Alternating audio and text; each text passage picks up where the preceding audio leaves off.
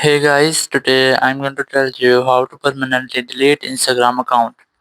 If you're using Instagram and you want to delete your Instagram account, so let's see how can you do that. You have to simply open up your Instagram app, and here just tap on your profile in the bottom right corner.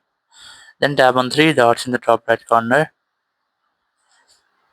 and from here you just have to select the account center, and then you have to select the personal details option. In this section you will get the account ownership and control. Simply tap on it and then select deactivation or deletion, and from here you have to select your Instagram account, and here you will get two options, which is deactivate account or delete account. If you want to deactivate your account temporarily, so you can easily select the first option, or if you want to delete your account permanently, so you just have to select the second option.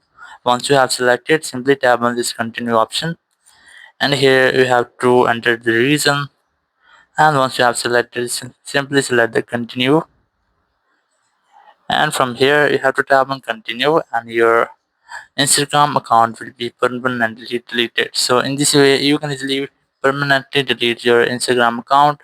Thank you very much for watching the video. Until next video, bye bye.